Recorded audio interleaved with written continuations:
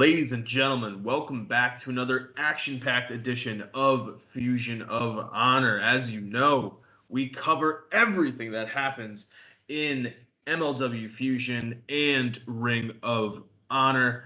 There's a lot to get to. There's a lot to talk about. But before we can get through any of that, I gotta tag in my tag team partner. You gotta get the hot tag for the people here. You know what I mean? And that is none other than the three-time baby making champ. This is Ness. Sir, how you doing this evening? Doing mighty fine, man. These are some great shows, and I definitely couldn't wait to review them. And it's gonna be a lot to talk about, just like you said.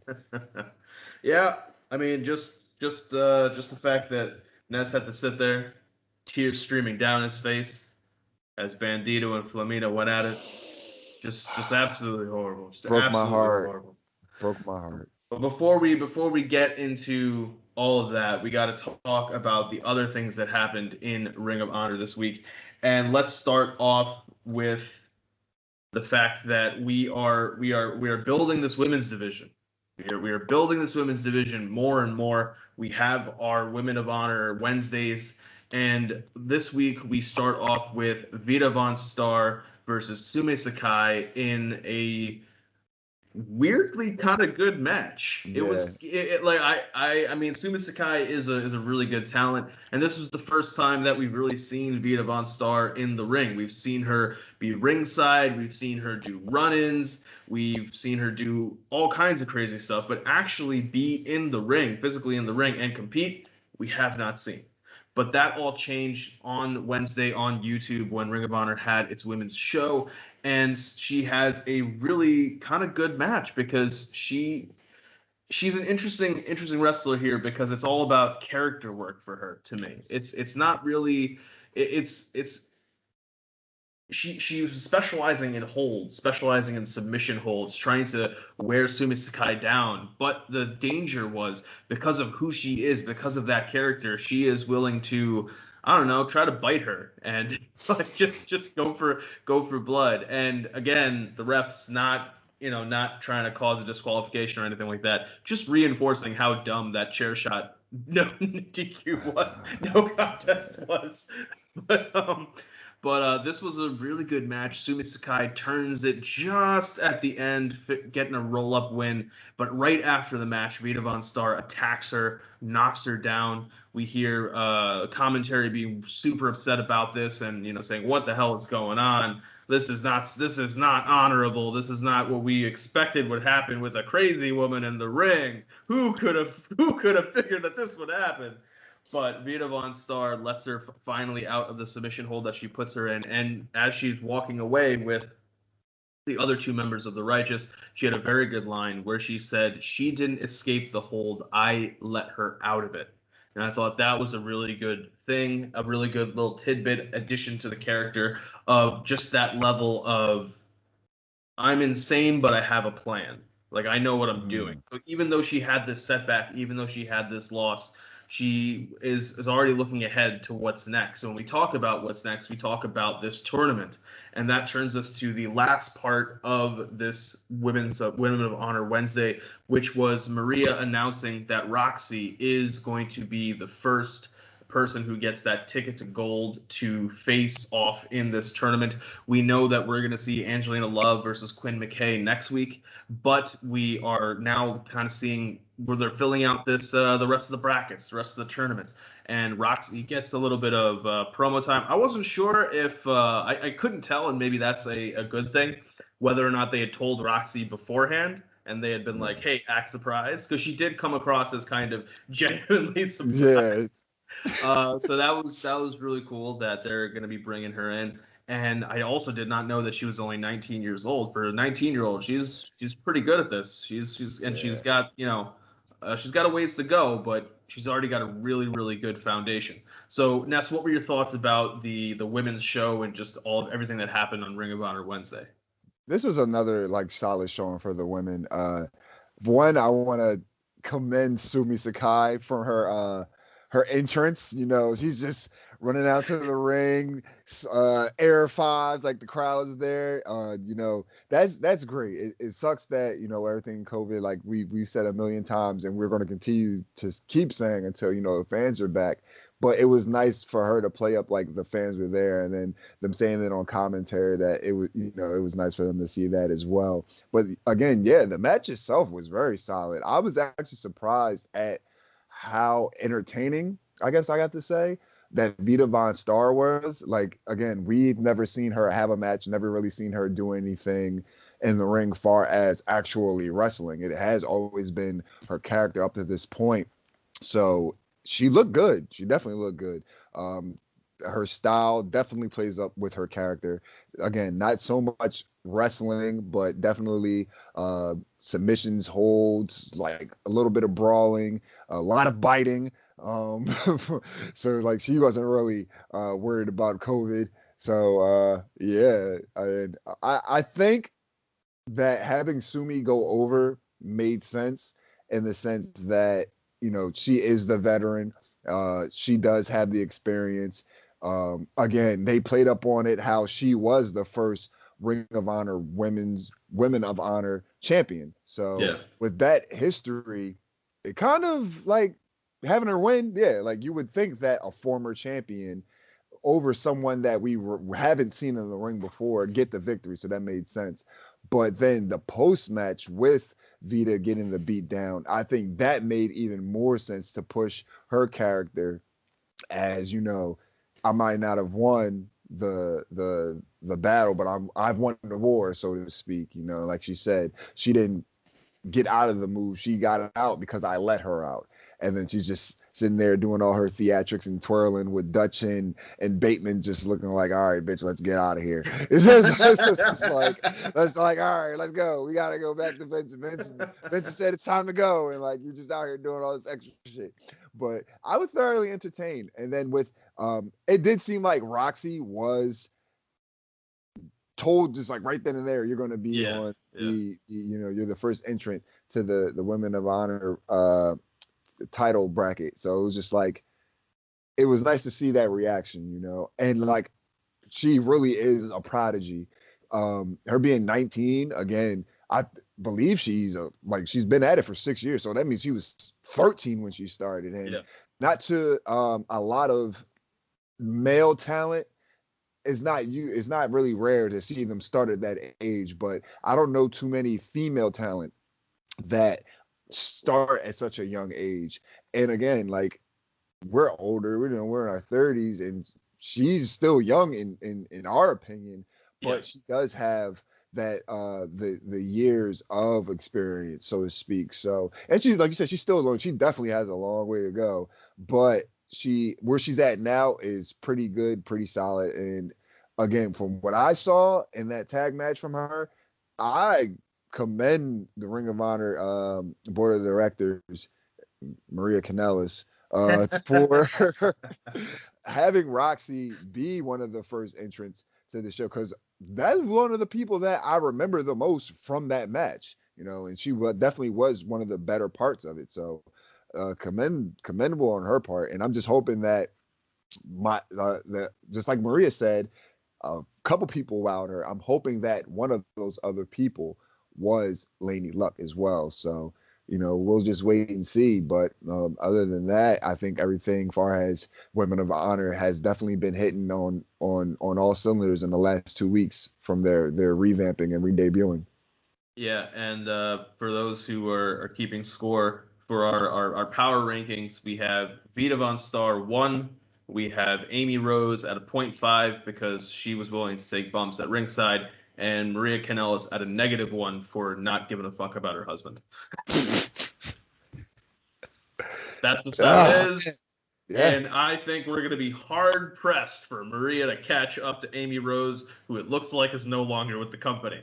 But speaking of what is going on when Amy Rose is ringside and taking bumps when the men are performing, let's turn to our actual Ring of Honor episode that aired. And this one had some pretty interesting twists and turns in the middle.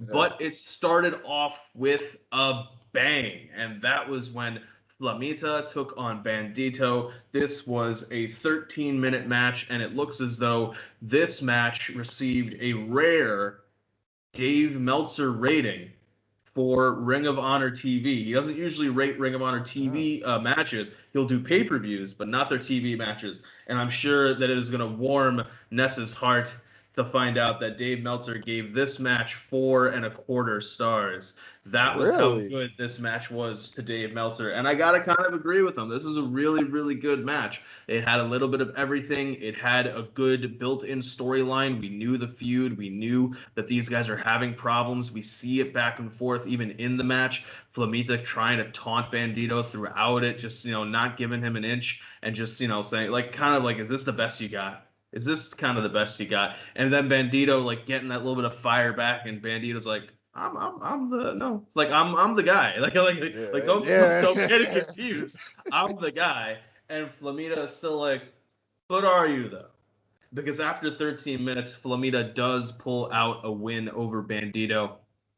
I am very interested to see how this is going to continue to build. I want to see whether or not I think an interesting twist would be to see if they try to fight to see who can get Ray Horace on their side, because Ray seemed to be kind of caught in the middle. He was leaning more towards Bandito's side and saying, we can try to work this out, but maybe Flamita will be able to put a little poison in his ear and sway him over to his side. It'll be kind of interesting to see, and I don't know. I kind of want to see another triple threat between the three of them. So I'm hoping that. I think that's really where I'm going for. Yeah. I kind of want to see another triple threat down the road.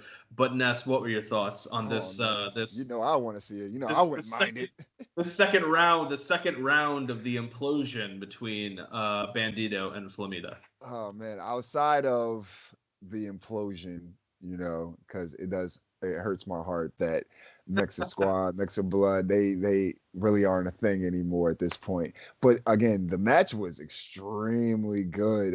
It was very hard hitting. I'm a mark for luchadors and just that style of wrestling. So it had all of that.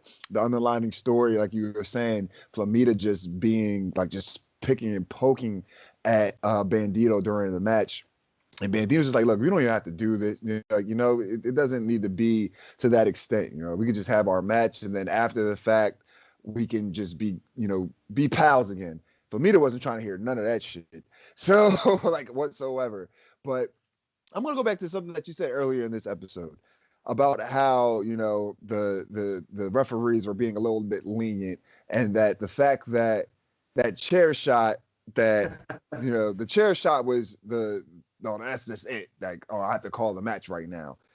At one point in this match, Bandito, gets fed up with Flamita's shit, goes after his knee, pulls out a fucking broomstick, floor dust, I don't know. It was just a big ass broomstick, and literally uses this foreign object in this match. You know what Ty Sinclair does? Absolutely nothing. He says, hey, Bandito, just get back in the ring, cut it out.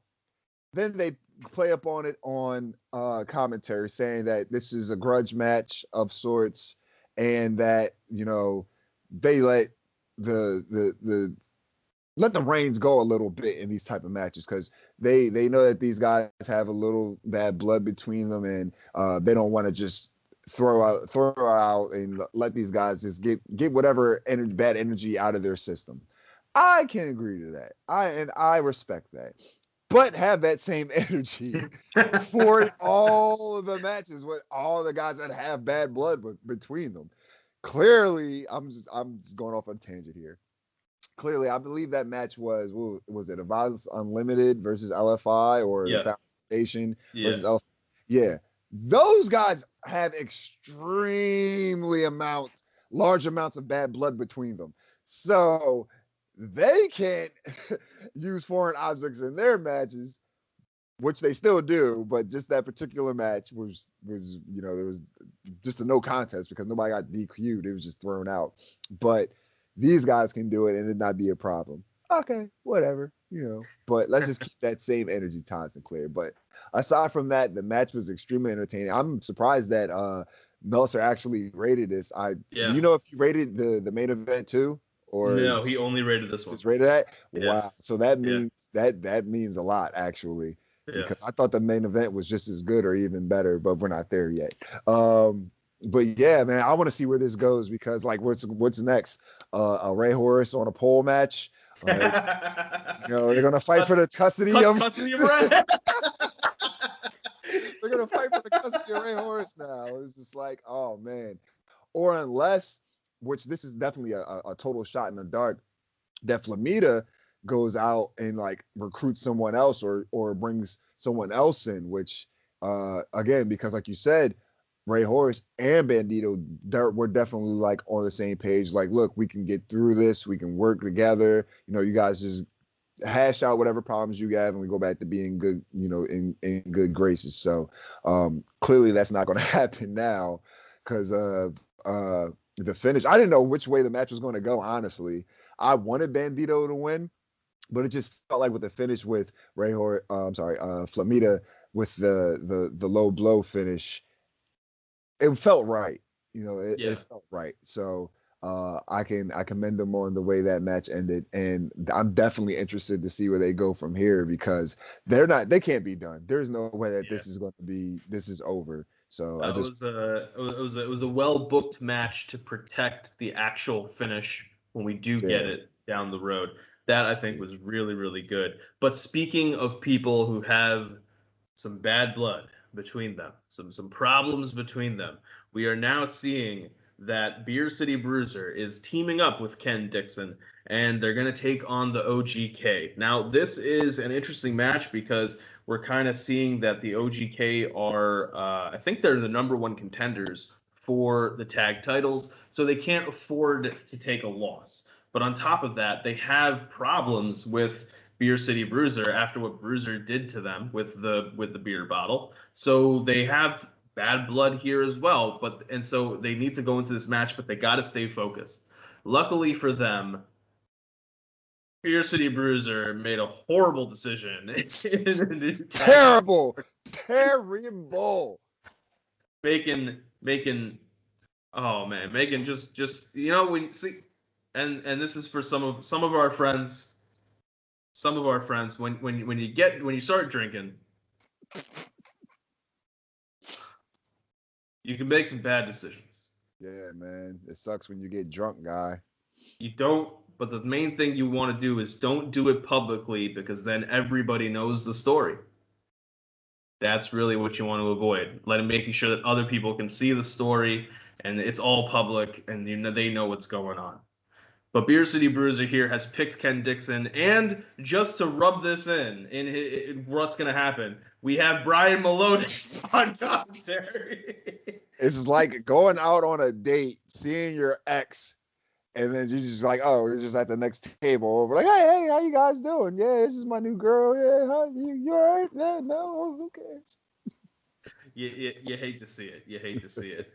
And even funnier, what made this funnier to me was that Malonis is there being an honorable person and saying that Beer City Bruiser is making a mistake, this, that, and the other thing. Like, he's trying to be a good friend. Despite everything that's happened, he's trying to be a good friend. And I don't know how exactly this happened, but Caprice Coleman suddenly does a heel turn on Yeah. That caught me off guard, too. I'm not even gonna lie. You don't see this coming whatsoever. And he basically just starts ridiculing Malonis for basically not being a man. It's basically the gist of it. He was like, you got to go fix your relationship. You got to go fix your relationship. And Caprice, and that's let's we can talk about that as well. Caprice Coleman, like sometimes guys, is giving horrible advice to people that he says are his friends about what they should do with their relationships. Caprice Coleman, the last person you want to listen to, apparently, when it comes to tag teams. I don't know, why you would listen to Caprice Coleman when it comes to tag teams. And Malonis doesn't. He refuses to listen to Caprice Coleman. And lo and behold, we watch this match, Ken Dixon trying to showboat They keep letting the OGK get back into this match over and over again, despite the fact that they have a size strength advantage on the OGK. They keep getting them into corners. They keep setting them up to be able to get the pinfall win. But this level of hubris, that's what kicks in. And the OGK are able to get a win out of nowhere, it seems, almost. And they pull that win off. They are still going to be the number one contenders for the tag team titles for Rhett Titus and Tracy Williams. And we are left watching as Matt Taven takes a beer bottle and says, you know what? Payback's a bitch. And just breaks that shit over Beer City Bruiser's head. And I gotta say, he deserved it. I'm not mad at him. And this is why it's even funnier, because Brian Malonis now gets off of commentary and is like, wow, I got to stand up for my friend. He's like, and they're still doing the honorable thing. Comes down, is like getting into it with Taven, like, and Bennett, like, what are you guys doing? That wasn't necessary. Taven, being absolutely, like, obvious, is like, of course it was necessary. How did you say this is not necessary? He did this to me like a month ago. So Taven making good decisions there, not good decisions on that facial hair. He looked fucking dumb. But they leave. Malonis gets into the ring with Beer City Bruiser, and then he listens to Caprice. He listens to Caprice Coleman with that bad relationship advice and said, you know what? You're right. And then turns around, helps Ken Dixon up, and then just flattens him. And in the back of my mind, I was like, Ken Dixon did not deserve this. Like, Ken Dixon, the person. Like, the character Ken Dixon, maybe. But the person, he did not deserve to be called up from the dojo just to be the butt of this turn of Brian Malonis. They could have done it in a different way, I think. But, I mean, either way, we now see that there is going to be a different kind of Beer City Bruisers going forward. What did you think about this match and the post-match? It's so much happened here in such a short time. Man, like the match itself, Ken Dixon started off good. Like before the match itself started going to his head, storyline wise, he took it right to Matt Taven, and then they were talking about on commentary a former Grand Slam champion, and like this pretty much, I don't want to call him a nobody, but basically nobody, and Ken Dixon, is stepping up to Matt Taven. But again, like as the match is going on, he was doing too much showboating, too much hot dogging, grandstanding, and thinking he was way better than, he actually is at this point in his career in Ring of Honor, that he could do whatever the fuck he wanted instead of trying to win this match. And, you got Bruiser on the ring apron, like, yo, let's finish this. Let's get this win. We can get out of here, and they're saying it on commentary. Brian Malonis is fucking pissed throughout this whole match because he said, look, this is my tag partner in Beer City, but like, look at the guy that he's using to replace me. Like, this dude's a fucking idiot. We come in here, we're wrestling, we're trying to get this victory. This dude is just going into business for himself and is not going to get you a victory. He's not going to get you the win, and they're going to lose. They're going to lose. It's going to be bad. And that's exactly how the match went. They gave too many chances to the OGK to get back into the match, and boom, they lost, and it sucks because they definitely had a chance to get this victory. Throughout the whole match, I don't know why. It was weird, but I did love the fact that Caprice Coleman was just like, yeah, man, like that should be you in there, but you don't want to. He said that should be you in there, but you don't want to play by like how Beer City wants to play. You got to step it up, man. You can't be nice all the time. You got to just turn your aggressiveness up, and you got to be like, hey, you just got to do some dirty things sometimes. You just can't always be this nice guy. Which again, that's extremely weird for the fact that 95% of the time, not even 95%, 99% of the time, Caprice Coleman is the face. They're both pretty much face commentators, color play-by-play guys. So don't forget like a month and a half ago how outraged Caprice Coleman was with Kenny King and Shane Taylor. Yeah, exactly. So and those are again friends of his that he values dearly. One of them did something extremely dastardly to the other. That was a problem. Here we are a whole month later or months later. Now you're egging someone on to be just as bad as a guy that you were just ridiculing not too long ago. I don't know what we're doing with continuity here as far as our characters, but okay, whatever. Never mind the fact that Brian Malonis is the whole time is just, and I'll commend him up until that point that he's saying, no, that's not how I want to do things. It's not how I want to do things. Like I don't have to be a flat out dickhead or an asshole in the ring to rack up wins. I can go out there, wrestle in a honorable way and get wins. So, all that went out the window though with the post match with when Taven clearly had it, it clearly was coming. It was coming. And I don't understand why anybody was surprised. Mainly Brian Malonis. Oh, you guys don't have to do this? Yeah, we do. This guy just cracked a fucking beer bottle over my head not too long ago, and you're okay with it. I get Brian Malonis. That's Beer City's best friend, tag team partner. Understandable. I get that. But it was coming. I can't fault Beer City. Brian Malonis for feeling away, but he definitely should have seen that coming. And then this is the funny part. This is the total fucking kicker. It took for that to happen for Brian Malonis to say, Beer City Bruiser, you were right. Not Caprice Coleman that was just that just took pretty much almost 15 minutes telling you that you should be just like Beer City Bruiser. No, I'm not going to do that. Oh, these guys crack a beer bottle over his head. All right, now I'm going to turn heel because now it took all the way up to this point for me to want to turn heel. I honestly think it was not only the fact that, that happened with Matt Taven in the beer bottle, Beer City Bruiser replacing him, Ken Dixon for just being stupid.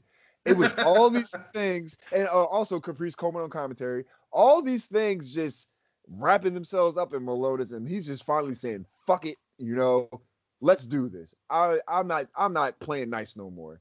And that's what he didn't. He attacked Ken Dixon, tells Beer City Bruiser that he was right. Beer City Bruiser looks elated that he's finally like, "Fuck yes, like." I'm not the only one that feels this way. Now it's the both of us. We're back on the same page because this jackass that I just tried to replace my best friend with did absolutely nothing to help me. So I want to see I really wanted it to be maybe these guys turn into a stable.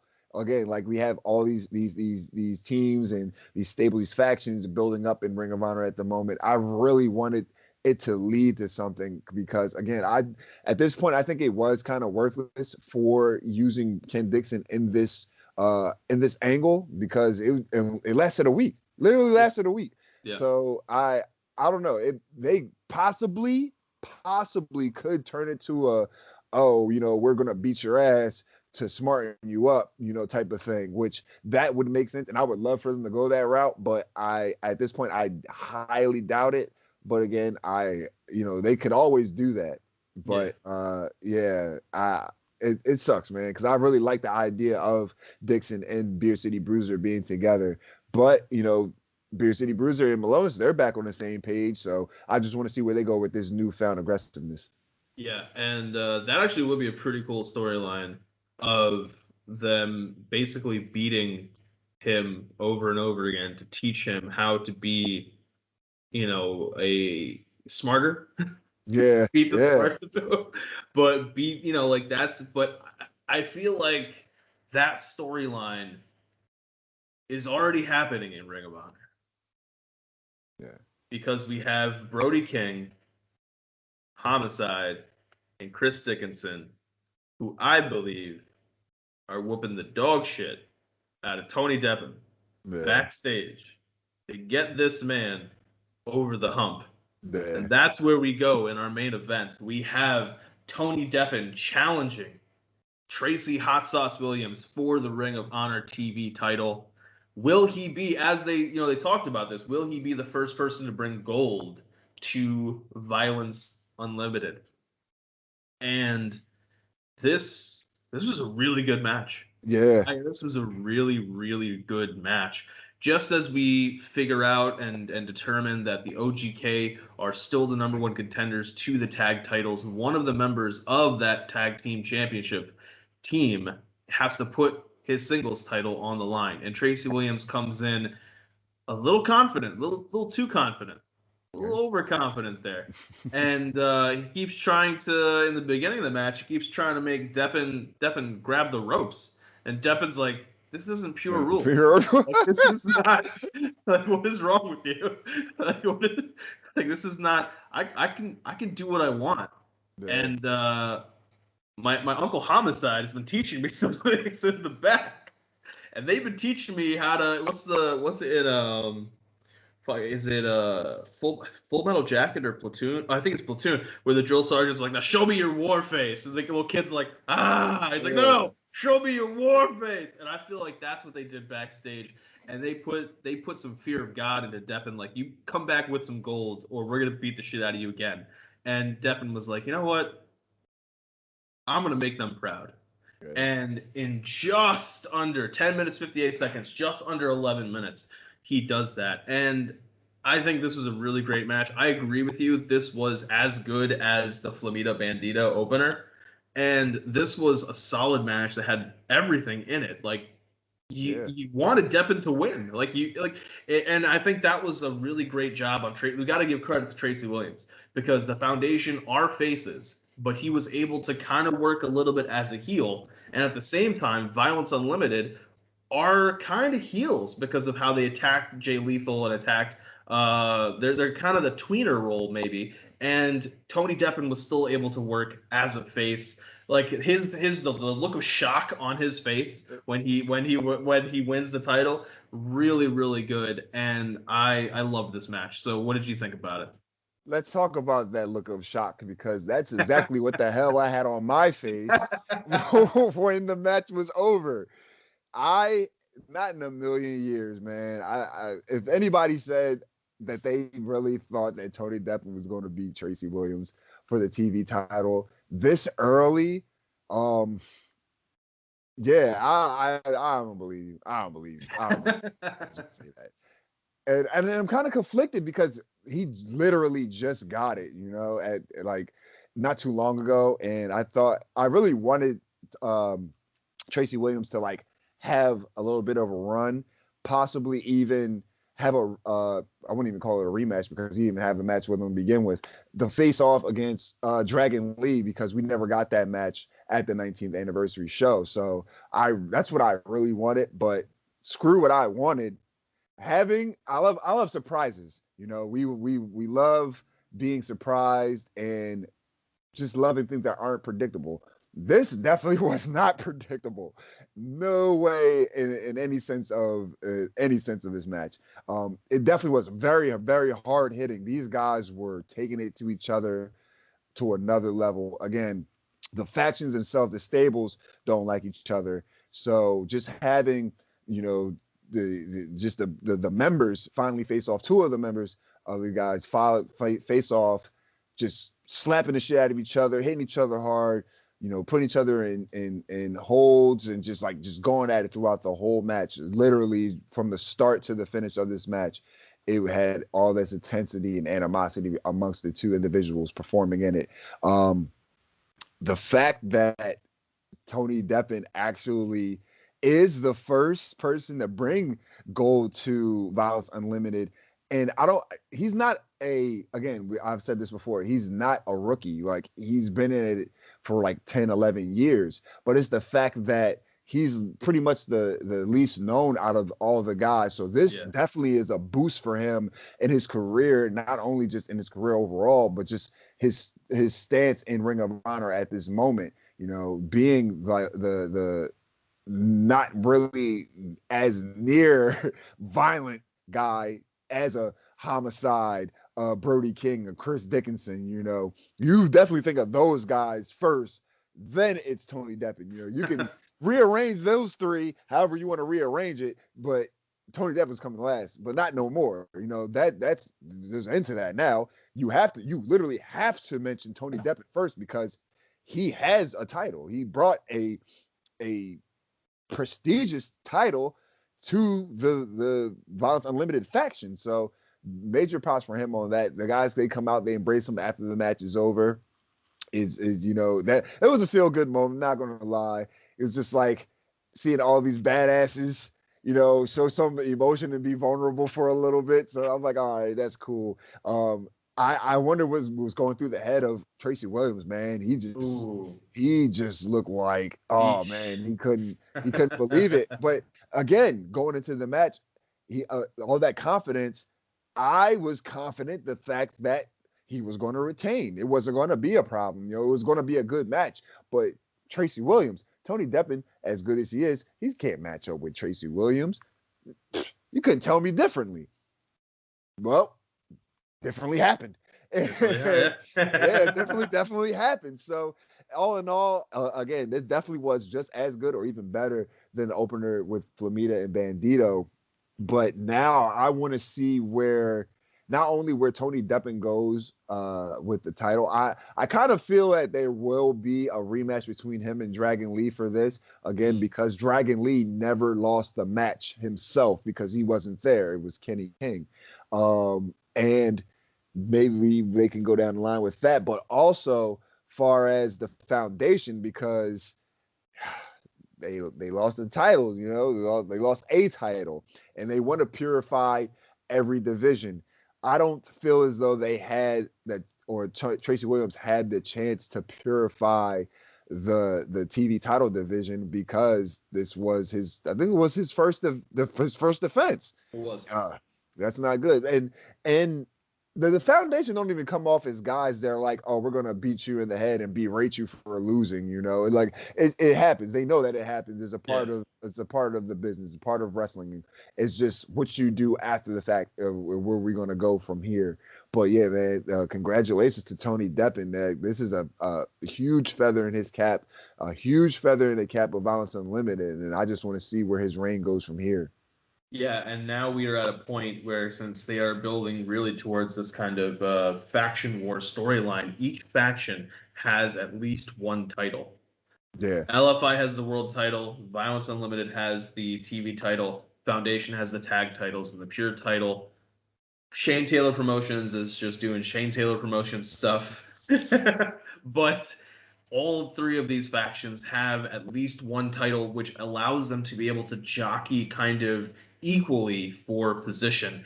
But no matter what happens, no matter how they try to position themselves, Rush will always be able to say, I got the one that counts. Yep. I got the title that counts.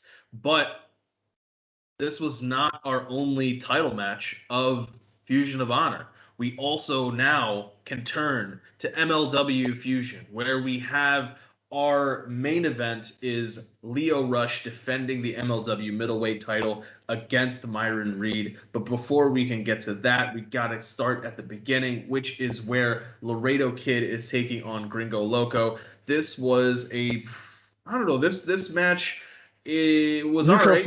You conflicted too? Yeah, we'll get it. It was all right to me. And this is somebody I've seen Gringo Loco before at Freelance multiple times. He's from Chicago, so I've seen him a lot. We know who Laredo Kid is. I thought it was absolutely hilarious that, and I knew that they'd done this beforehand, that AAA just said, no, we are not acknowledging the fact that Lio Rush won the Cruiserweight title. And then they tried to come up with some. So basically what happened was AAA said, wait, what did you do? And MLW said, well, we had Lio beat Laredo Kid. And then AAA said, we didn't tell you to do that. And MLW said, well, it's on YouTube, so it happened. And AAA said, no habla inglés. They tried to pull the Shinsuke Nakamura, I don't speak English. And they basically said, no, Laredo Kid is still the AAA Cruiserweight champion. You guys go figure out how to solve this problem. And MLW Fusions went, okay. They go through the show and everything, and they're like, well, Lio was kind of grasping.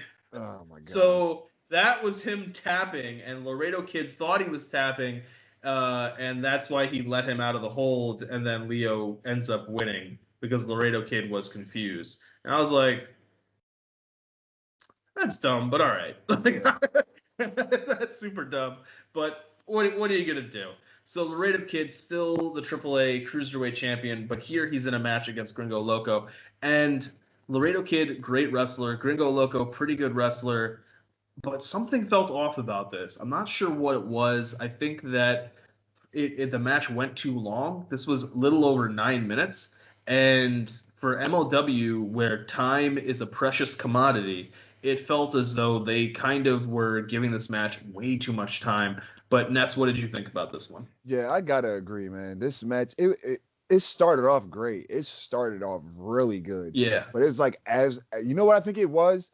There was that one spot where Gringo Loco goes for, the dive to the outside, and Laredo Kid didn't catch him, and he literally just caught all of the ringside floor. I think after that, that's when the match really started to like, all right, now you can see there's some issues going on here. And it was just like a lot of miscommunications, or just like a lot of like standing around waiting for spots and things of that nature. Like, I get it with that type of style of wrestling, which again, I love Lucha Libre, I love the style, I love luchadors and things of that nature, but it was a lot of standing around for like just a barrage of hurricanranas that Laredo Kid was using, which that's not a problem to me, but the amount of the move is not the problem. It was just the fact that Gringo Loco is just standing there waiting for to take the move, and it just like takes me out of the match because I'm expecting these guys to have a certain level of energy and intensity during this match, but then it would just stop because they're waiting to pull off a spot. So I'm just like, oh man, like as soon as you guys, all right, we're going, then it's like slowing down, and then we're starting up again and slowing down, starting up again, slowing down. So it kind of was taking me out of the match. And then the finish, I believe it was a Spanish fly off the top rope. That was just another just spot. Like, we're just setting up, waiting for the spot, and I'm just like, all right, like when you guys I'm just waiting for the move to happen instead of just being excited or anticipating the move. I'm just like, all right, hurry up and get it the fuck over with. Yeah. I was like, yeah. I think that's what, yeah. And it happened a lot during the match. So like I said, it started off very strong, and I thought they were going to keep the energy going, but it just seemed like something was a little off.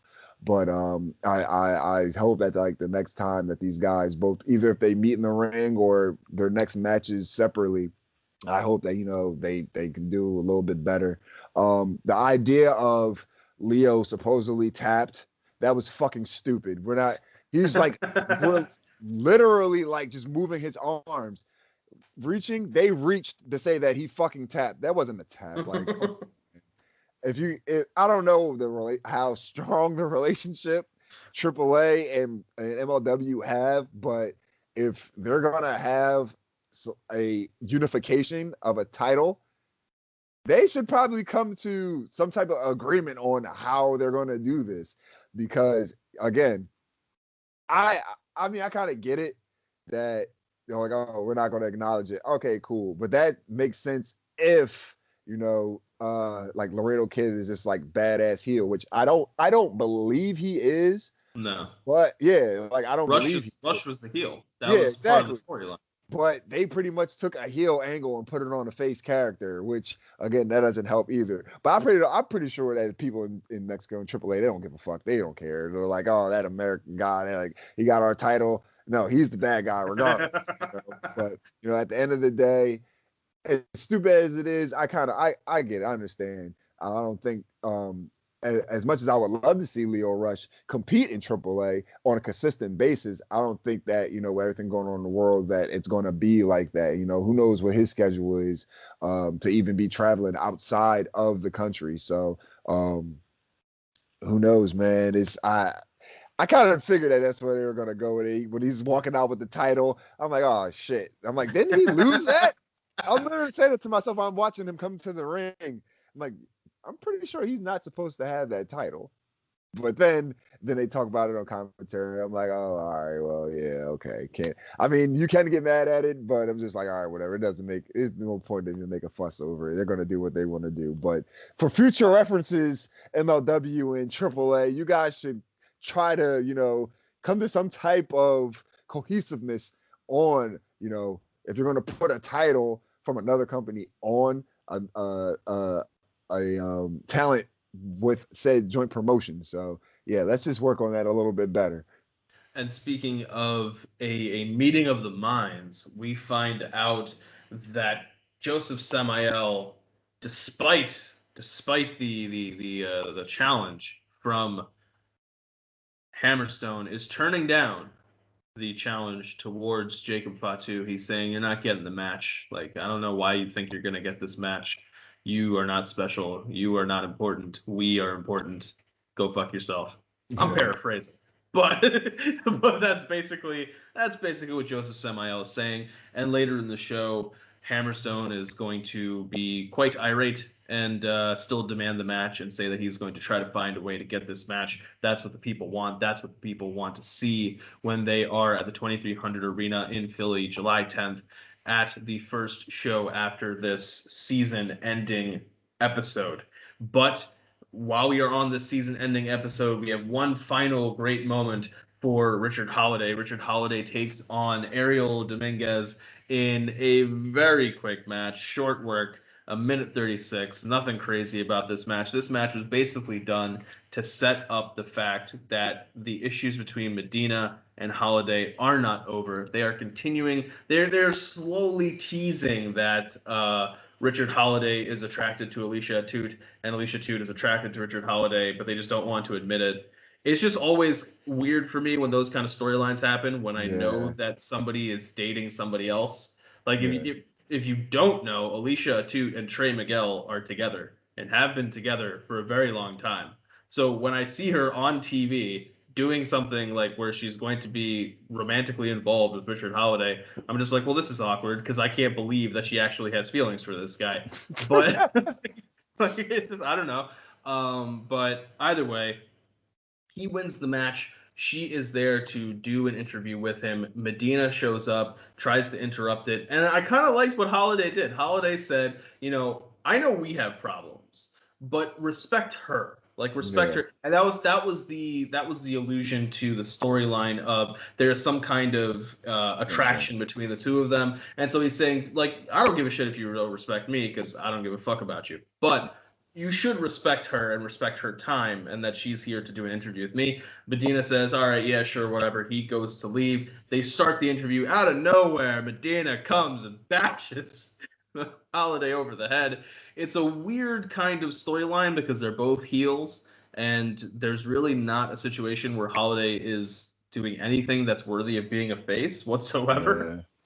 So it's kind of a weird feeling, but this storyline, it is not concluded, and I think we're going to get a match between the two of them again at that pay-per-view event at the 2300 Arena in July. But Ness, what did you think about the match, the post-match, all that kind of stuff, and whether you are you gonna buy? Because remember last week he got a lot of good responses, so he said, are you gonna get one of the Hammer Dick posters? No, I'm not buying one of those whatsoever. You want to talk about a match that went too long? This fucking match went. I know it was a minute and 30 seconds. This match went too fucking long.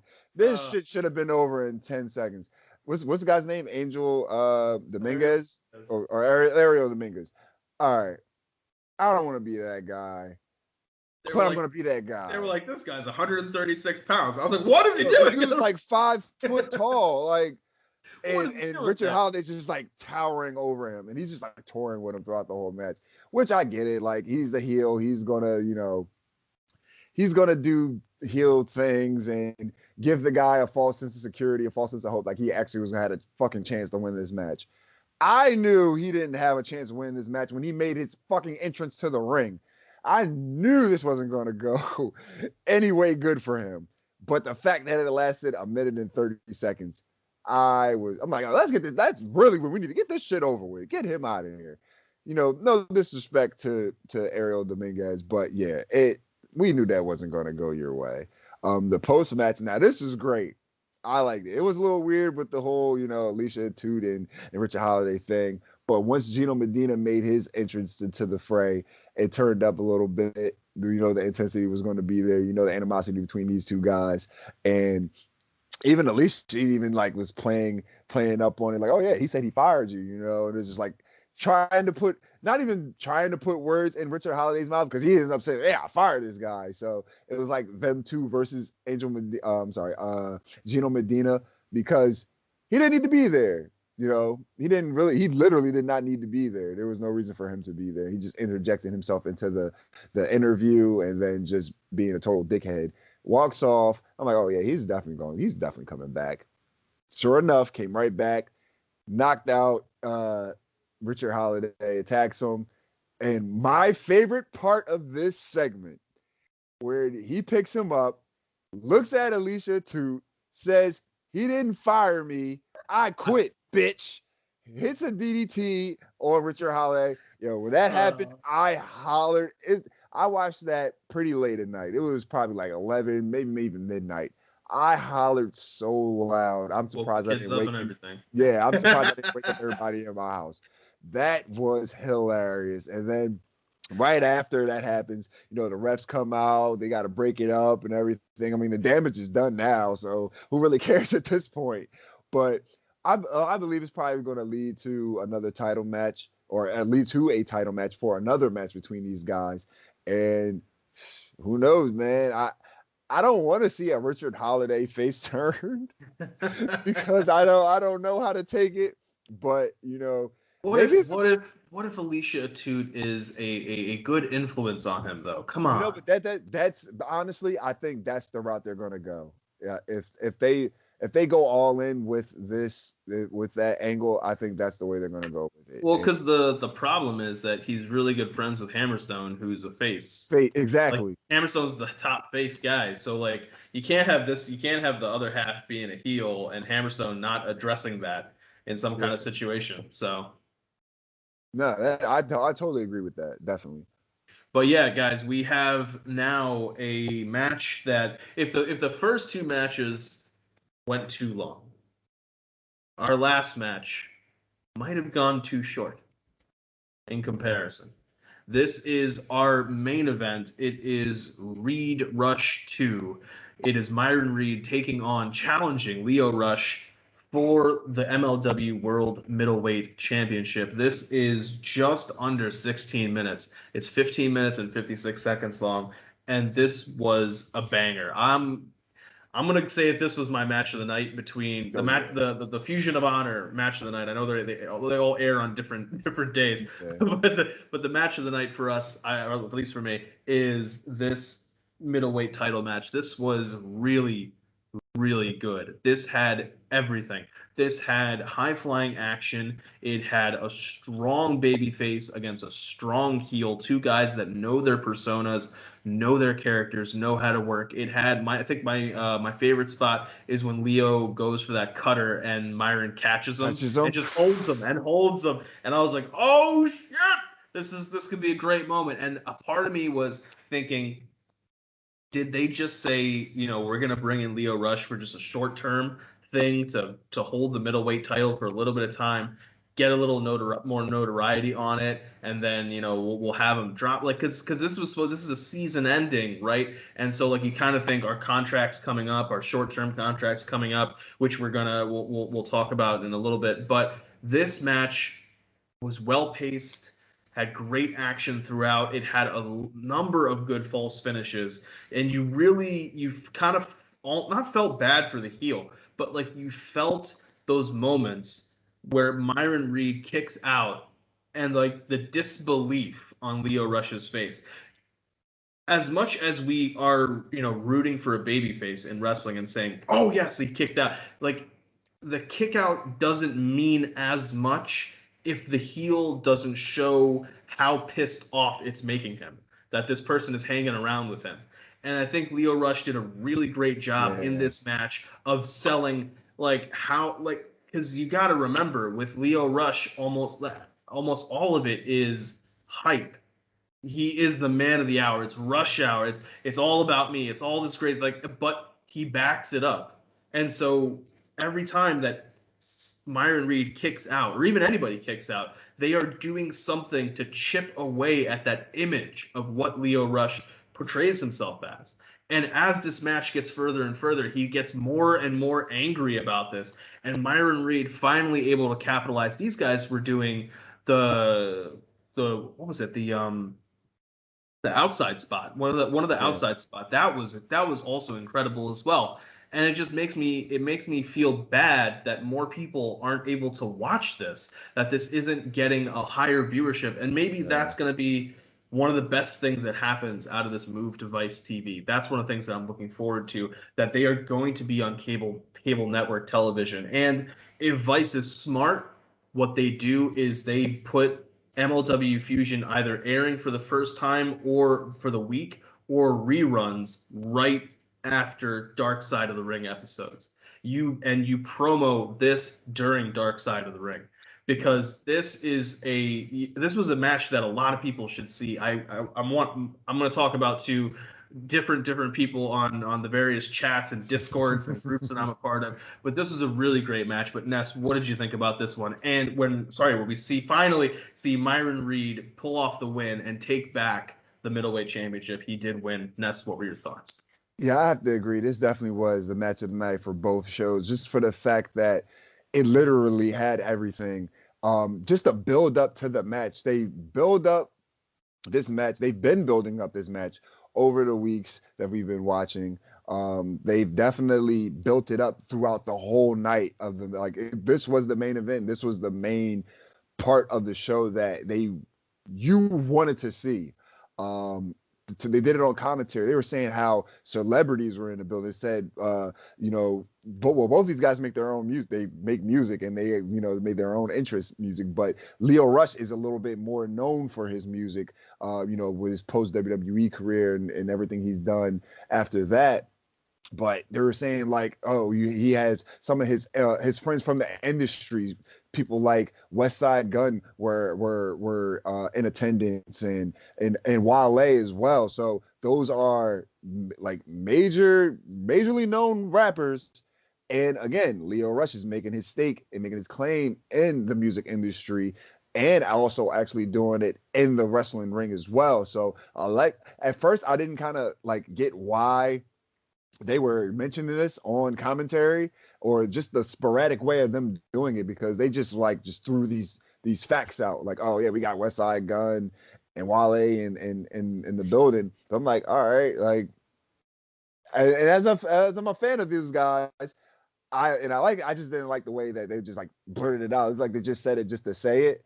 But then, as the match is going on, they were talking about Lio Rush's music career and things of that nature. So I'm like, all right, that I can respect that. I understand that they're not only just putting the wrestler out there, but the artist as well. So that actually was a nice tidbit. It's just the fact that Ray Flores and Saint Laurent were just all over the place trying to say what was trying to say that. So these guys need to tap into the hip hop community a little bit more. But yeah, this match had everything. It was very hard hitting. From the start, it was Myron Reed saying, "Look, Lio, you think you're better than me, but you're not. You think you have one up on me, you don't. You think you're going to beat me, you're not going to do that again. I can hang with you. I can hang with the best, and I can definitely hang with you, and I can definitely beat you." And that was the mindset he had. And that's pretty much how the match was going when it first started. Then Lio finally does get the upper hand, and he's showing Myron Reed that Myron can't hang with Lio. He's better. He's the man of the hour. It's rush hour. It's his time. He's going to continue to be the MLW World Middleweight Champion and go on and do bigger and better things. But as the match progresses and these guys are just fighting it out, just going back to back, head to head, and just taking it to each other once again, it breaks down to a fact where Myron Reed is just like, no, I can't go out like this. Lio, you're just here for a cup of coffee, a short stint. I am MLW. I'm going to make a statement. I'm going to get my title back. I shouldn't have lost the first time, but I'm damn sure I'm not going to lose again.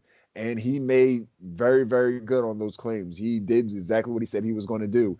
And again, this was a very, very good match. I wish it would have went a little bit longer than it did. I think these guys could have added a little bit more to it. But what they did with the time that they had was great. I can't even really complain about the match itself outside of just the commentary, because Ray Flores and Saint Laurent, they just got to get it together to talk about music, but that's neither here nor there. But congrats to Myron Reed to being the first ever, making history actually. Yeah. Now that I think about it, being the first ever 2-time World Middleweight MLW World Middleweight Champion. So again, we didn't only get a great match, we got history as well. So man, I just want to see where he goes from there. Bring the title to Injustice. So yeah, man, I want to see this second reign. So hey, I'm interested to see who they're gonna put him up against for that Philly pay-per-view. That's gonna be a big one. That's gonna be interesting. I wouldn't even mind it being Lio. I mean, I doubt they do, but I wouldn't mind it being Lio. But yeah, I want to. It has to be someone like big. Like they can't. It would be interesting because of that New Japan connection. Yeah. Give me Myron Reed versus El Phantasmo. That would be dope. That would be good. I don't think we're worthy. I don't think we're worthy enough to get that in Philly. That would blow the roof. That's match of the night potential right there. Those guys would tear the house down. Absolutely. Yeah, I would love to see that. At this point, I don't even care who Myron Reed, like for the short time that I've been watching him, he's definitely becoming one of my favorites to watch. Like I knew about him and would see him here and there because he wrestles not only in MLW but then like AAW and like a couple other promotions here and there. But he definitely holds his own. He's a great. I think he was also a member of the Rascals. Was he? Yeah, I think it was the Rascals was originally 4. I think it was 4 people, and he was the 4th guy. I want to say, but I'll look that up while we're. StatKing giving us the stats, folks. This is what he does. But man, like that, I want to see where he goes, man. He's definitely becoming one of my favorites. Very underrated in my opinion. I don't hear too many people, give him his flowers, but it's possibly because not too many people, or not the amount of people that we believe tune into MLW the way they should. So hopefully that this move to Vice actually does do that for them and give these guys the recognition that they deserve. Yeah, and I think that they are well suited on Vice, particularly because of how well Vice is drawing people in with that Dark Side of the Ring show. Like they can very easily do some great promo work to draw viewers in, because that is something that show is something that doesn't just draw in current wrestling fans. It draws in older wrestling fans. It draws in just a great mix of everybody who is fans of wrestling. Let me see this. So there's a tag team of him and Trey Miguel, and he was in the Rascals when on the independent scene. The Rascals is Desmond Xavier, Zachary Wentz, Myron Reed, and Trey Miguel on the independents. In Impact, it was just the 3 of them because they were signed to Impact. Yeah. But overall, it was the 4 of them. So that's dope. That makes sense too, because they pretty much all have the same style of wrestling too. So yeah, I can definitely see that. But yeah, guys, we had a blockbuster main event with a title change. We had 2 title changes back and forth, but just as you think the show is over, we realized that we didn't find out what happened to Selena De La Renta last week. And maybe that's why our commentary was, just they kind of were all over the place. They themselves were a little worried or concerned about what was happening with Selena De La Renta. And we finally find out what's happening in the last 5 minutes or so of the show. As this season is ending, as MLW Fusion is going off the air, we see Selena being pulled out of the car, taken into an office from when she was kidnapped before. She sat down in front of a desk. The light turns on, and who is it? Dario Coid. Dario Cueto is El Jefe, the owner of Azteca Underground and the now owner of Promoción Doradas. And we kind of knew this was going to happen. Yeah. But it was really interesting to see how they're going to play it out. And I like how what Dario said. He was like, if you just disappointed me, it wouldn't have been that big of a deal. But you disappointed the believers, and that just like the believers aspect because of the temple from Lucha Underground. Yeah. I did get pulled out of the segment though, because he told her that he gave her access to the greatest luchadors on planet Earth. And that means he thinks that LA Park is one of the greatest luchadors on planet Earth. And I was like, if she was doing a review on Glassdoor, I would have been like, did not actually give me best luchadors on planet Earth. What the fuck? Yeah, okay, yeah. But I feel like Selena has a legitimate gripe about that, but it looks as though she's not going to be able to complain about it for long because it seems as though they have killed her character off. Now, I will also say this. At first, I didn't think that they were killing her off. And as Ness knows, I have a lot of experience when it comes to people that I know pretending that they're dead. I tried it once. I have a lot of experience when it comes to people just not answering messages, going radio silent, telling their significant other to basically tell us that this person's dead. So I thought maybe like they're going to say she's sacrificed, but then she's going to show up at the July pay-per-view. But no, Selena did confirm on Instagram that her contract has come to an end with MLW. She is no longer with the company. So I don't know where exactly she's going to go going forward. There are a lot of options. She could go with CMLL. She could go with AAA. She could go with the new Federación Wrestling. Maybe if she goes with Federación, maybe she is the replacement for the useless Amy Rose. Like there's so many different options for her to do things. But Ness, what did you think about the reveal? What did you think about Selena being sacrificed, and where do you think she goes from here? Like you said, man. Yeah, with Underground just being in there, we already knew where it was going. But I can't say that I wasn't excited to see Dario Cueto again. Love Lucha Underground. I can't wait to see what he does on MLW now. I have what I would love for Selena to do is to do with the Federación Wrestling, or do something with Ring of Honor, and she somehow ends up with LFI. But I feel as though she like kind of deserves to be on a bigger platform, so to speak. But it's just like, I don't know, man. I don't really see her wanting to subject herself to that in a way.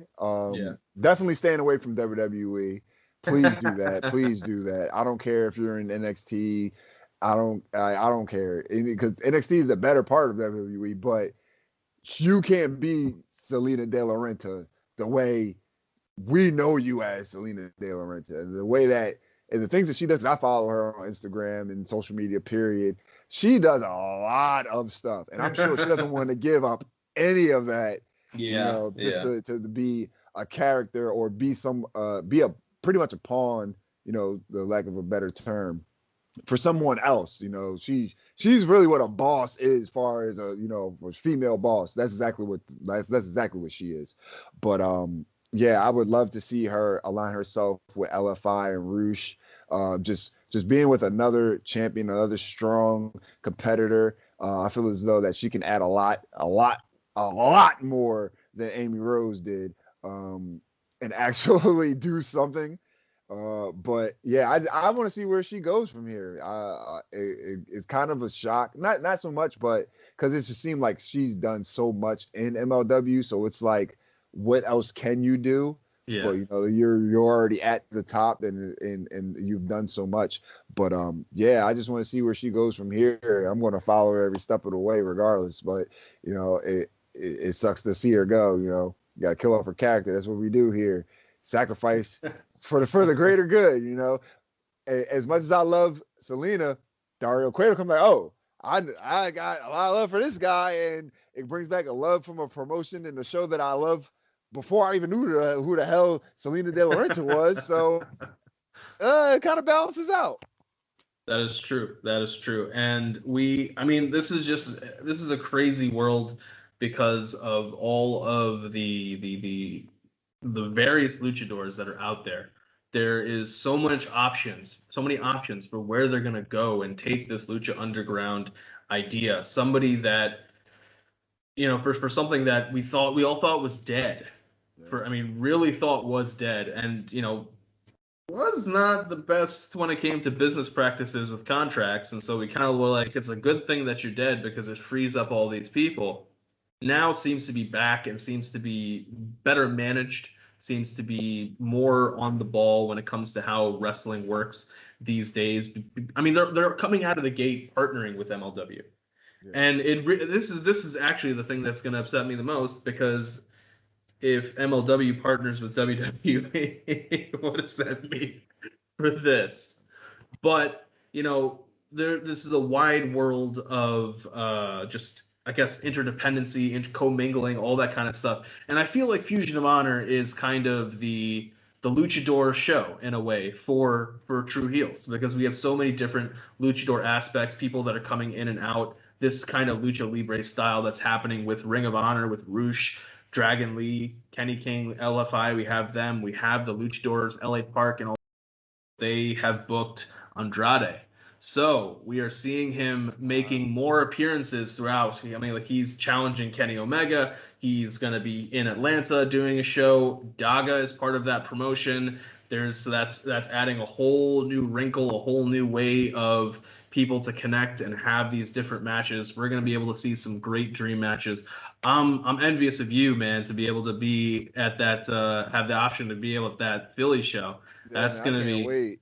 Yeah, and actually, crazy enough, they're gonna have I think it's November, Intimidation Games is gonna be here in Chicago. So I'm thinking about going to that one down at Cicero Stadium, not too far from me. So that'll be really interesting. But guys, we are winding down here as we finish up this season finale. We're looking forward to that July show. Going forward, we'll be talking about Ring of Honor, and if Tony Deppen has given us surprises, we're going to have plenty of talk about week in and week out as we continue to build this women's tournament. So, Ness, tell the people where they can find you, sir.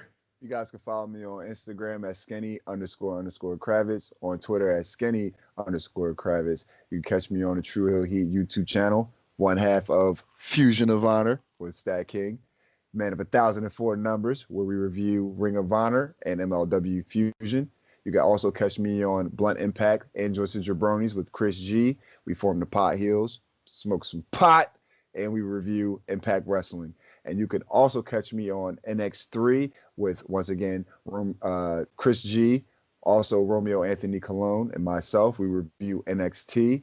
The Roundtable Rebels, catch me on the Roundtables. And as always, you can hear my illustrious voice on True Toxicity, where we come back from our season. We took a little break, guys. We're taking a little break. A lot of wrestling going on here, so we had to turn up for the True Hill Heat. True Toxicity is definitely coming back, though. We're definitely coming back.